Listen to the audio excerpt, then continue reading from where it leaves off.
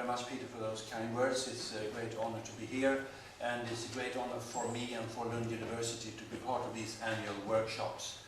And I would also like to take the opportunity to welcome you all to SOAS and to this conference, this workshop on Jain art and architecture. Now, at a conference in Lund 10 years ago, honoring Padmanabh S. Jaini, I pointed out that Professor Jaini's contribution to Jain studies hardly could be overemphasized, and that several leading authorities had come to talk about the pre-Jaini and a Jaini period of research into Jainism, thus giving the word Jainism yet another meaning, namely Jain scholarship inspired by Professor Jaini himself. In a similar way, Peter Flieger's contribution to Jain studies through various scholarly activities, including 10 workshops at SOAS, which is an impressive achievement, and it's have also had a great impact on Jain studies. So perhaps we should talk about the pre-Fliegel and the Fliegel period of research into Jainism. The only problem is, of course, that the word Fliegelism doesn't make any sense. Anyway, it's a great pleasure to be here and to be part of yet another workshop at SOAS. And it's now my privilege to present Professor Clifford Wright of SOAS, who is going to honor the winners of the student prizes in Jain studies. Thank you very much.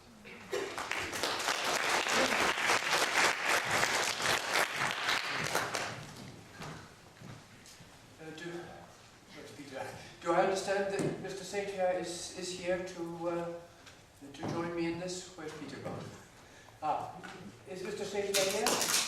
And if so, would you join me to honour the recipients? I think Rish Setia should be here. He said he would.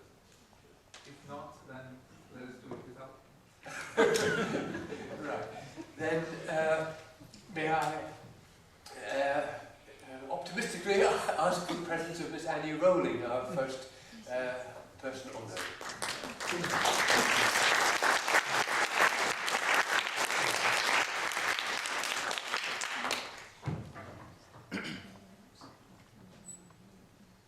I'm about to present a certificate for the Institute of Jainology Undergraduate Essay Prize. Ms. Rowling has chosen a very cardinal subject, a very daunting subject, and has produced an essay that interests the assessors greatly. Even the title, I think, it was worthy of a prize.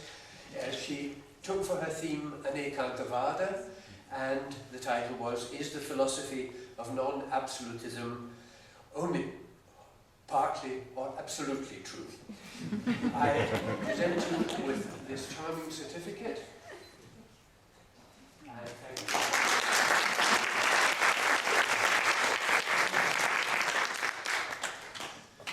Now, I can call to the platform Mr. St. Aubin.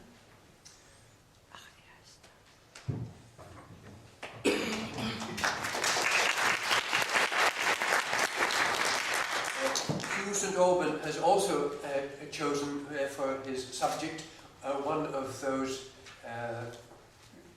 concepts that Jainism has made its own and developed it, one might think, as far as it can conceivably be developed. In his case, it was the concept of Salekana. He reviewed it in the tradition of the Jain religion and reviewed its status in relation to suicide and voluntary death. So, Mr. St. Aubin, I congratulate you. I give you a certificate.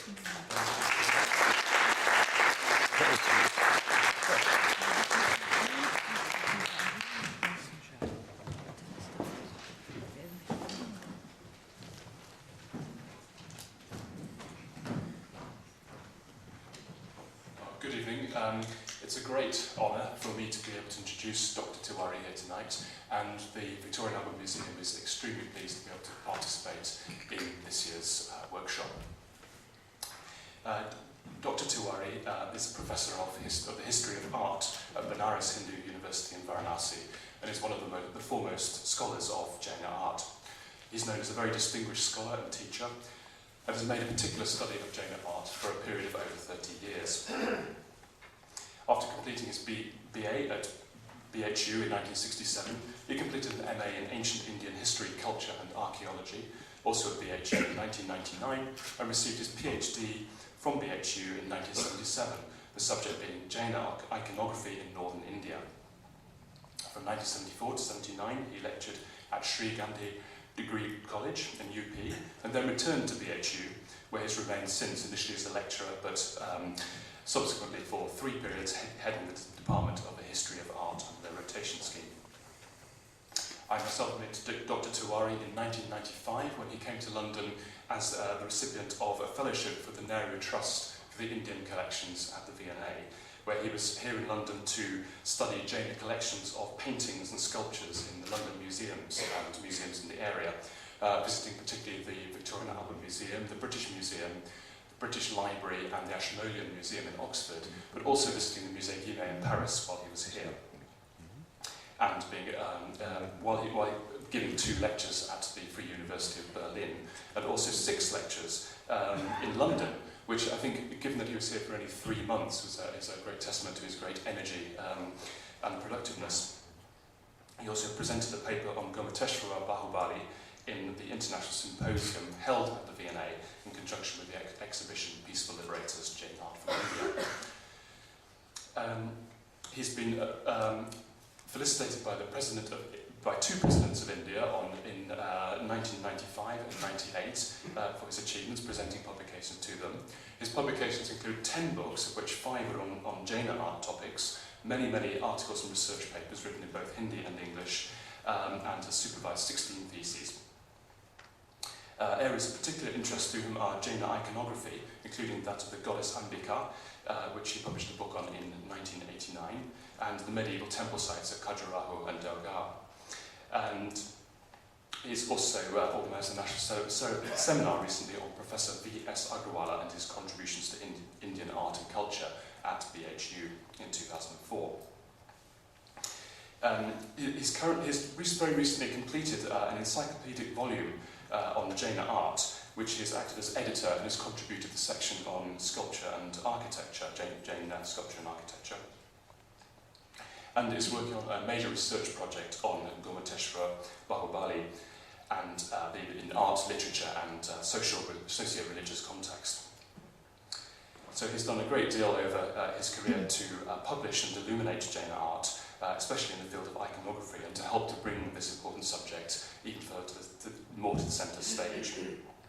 So it's a great pleasure to introduce Dr. Tiwari and to welcome him to give tonight's lecture on new approaches to the study of Jaina art and architecture.